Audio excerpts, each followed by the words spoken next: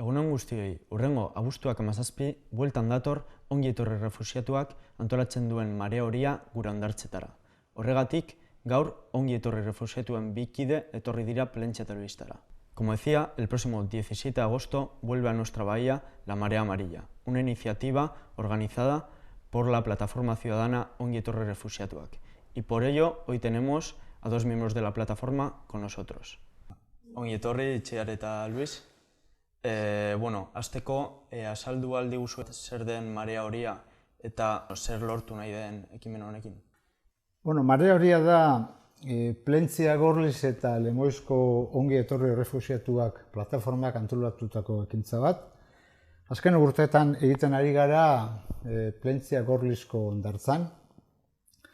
Eta ekimen honekin nahi duguna da alde batetik salatzea ze egoeratan dagoen, ona datozen etorkina ze egoeratan dauden berre herrialdietan, ze egoera latzetan aurkitzen diren berre herrialdietan, baita ere ze baldintzetan etortzen diren gurutzatzen duten itsasoa ona Europara heltzeko, eta baita ere salatzea Europako gobernuak ze politika aplikatzen ari diren fenomeno honen aurrean, ez hau da Europako migrazio politikak, ez? Hiru helburu hauek izango lirateke nolabait salatu nahi ditugunak edo jende aurrean utzi nahi ditugunak, ez?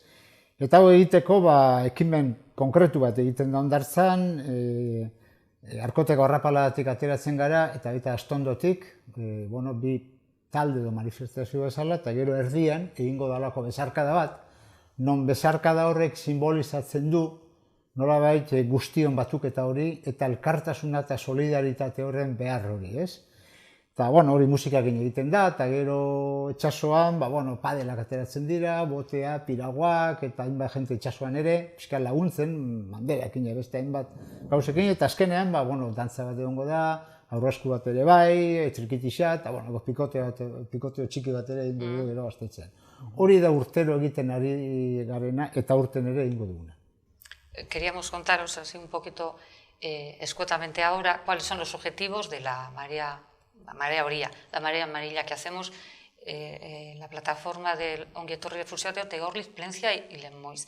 Y el objetivo principal es un poco sensibilizar a la población de Vizcaya del drama que sufren las personas migrantes y refugiadas, poner de manifiesto las condiciones en las que viven y las que vienen, por mar y por tierra, después denunciar las políticas de acogida, en concreto de nuestro país, y en la medida que podamos contribuir a que nuestros pueblos se conviertan en pueblos de acogida. Gorliz, Plentzia y Lemoiz reivindicamos que se conviertan en pueblos de acogida. Y para eso es para lo que hacemos la Marea Horia ya por tercera vez. Este es el tercer año consecutivo. Bai, esan duzu bezala, ez da lehenengo edizioa. Orduan, zein izango zen pasaden edizioetako balorazioa? Guk oso pozik amaitu genuen, jendearen erantzuna oso handia izan zen, urterik urtera. Lehenengo urtean oso politu izan zen, iaz, askoz jende gehiago etorri zen, nik uste dut ikusgarri geratu zela, itsasoan padelak eta ikustea, lurretik, itsasbazterretik joan ginen lerroturik, banderak, sapik eta hainbat jende, eta oso momentu hunkigarria bere bukaeran lora eskaintza. Itsasoan hildako migrante eta refuxiatu guztiei errespetoz eta beraien omenez egin zen lore eskaintza. Oso momentu hunkigarria izan zen, jendeari heldu zitzaiola mezua, eta gero giro alai eta gustora egon ginen. Beraz, aurten berriro erreplikatuko dugu. Eta zuen ustez zergatik dira garrantzitsuak olako ekimenak?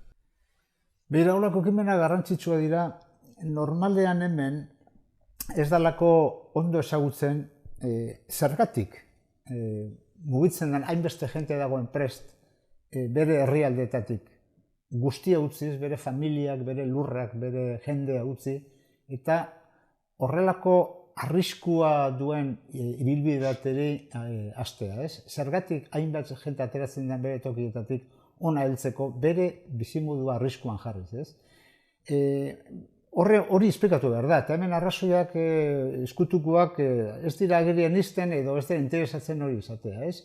Kontuan hartu behar da, alde batetik Afrikako, gure kasuan Afrikako egoera, hori aspaldik dator, baina Afrikako egoeraren errudun ere, kontuan hartu behar dugu, Europarrok ere bagarala.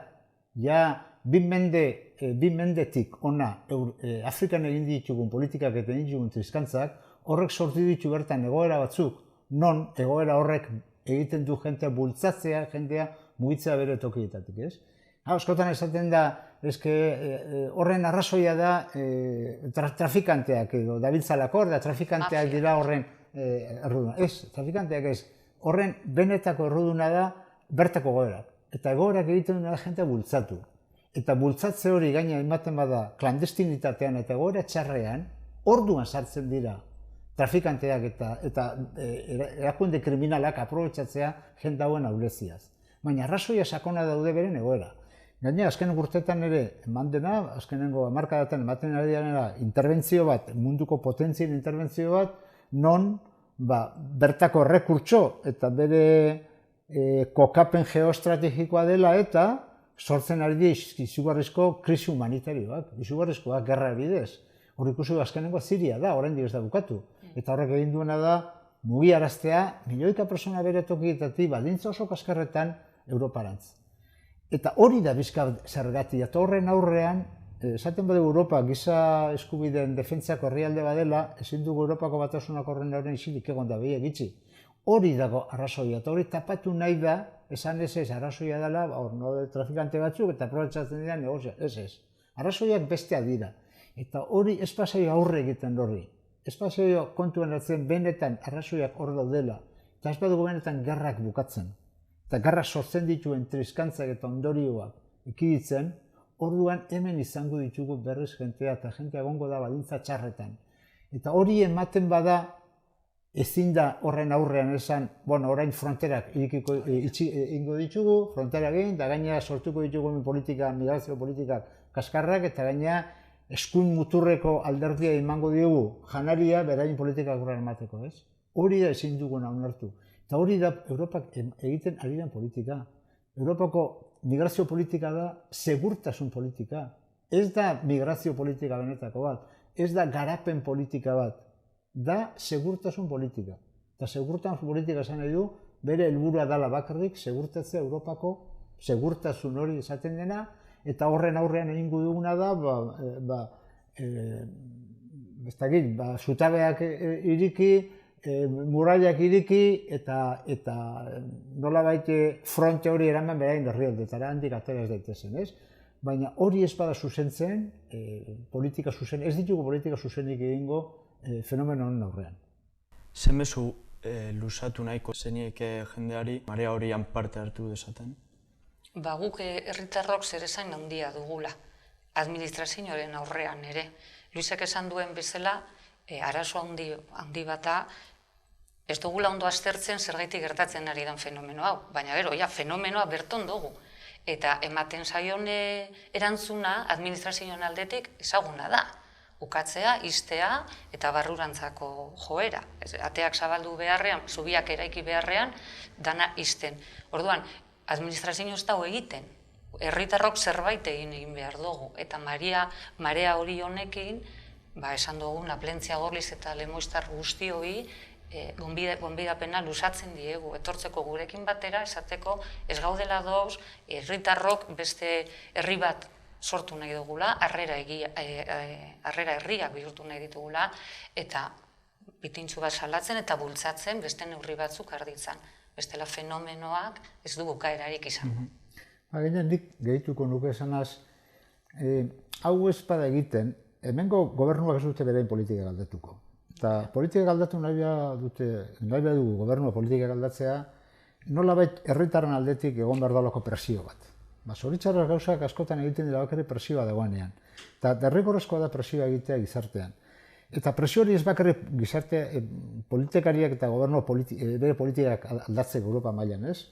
Baita ere ekiditeko azken urte hauetan somatzen ari den eskuin muturreko bolada hori, ez? Gaur kontuan hartu behar da, Europako 9 herrialdeetan, Europako Batasuneko 9 herrialdeetan, eskuin muturreko alderdiek migrazio politikan eragiteko izugarrizko aukera dutela. Eragiten ari direla migrazio politiketan. Eta hori horrela izan da, arriskua dago benetan, gaur egun Europako Batasuna daukan politika horiek okertzen joatea eta gogortzen joatea. Eta horren aurrean, herritarrok zerbait esan behar dugu.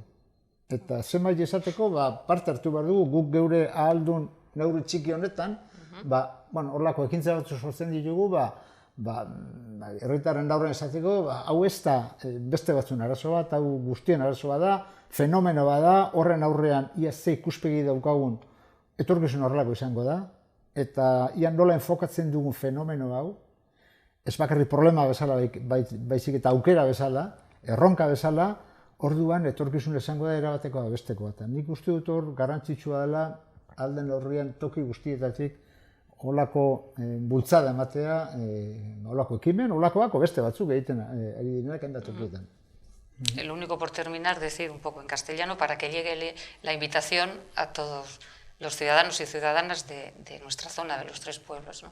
Que creemos que nos tenemos que movilizar para presionar un poco a la administración, que el funcionamiento siempre es mucho más lento, y entonces que necesitamos entre todos presionar y empezar a movilizarles, protestar a nivel europeo la fuerza que está cogiendo toda la extrema derecha y las políticas de acogida que están haciendo, y que no nos podemos quedar impasivos delante de este fenómeno, ¿no? Entonces, que es una medida muy pequeña, pero que es real y es accesible, y entonces pues que esperamos a todo el mundo el sábado, día 17.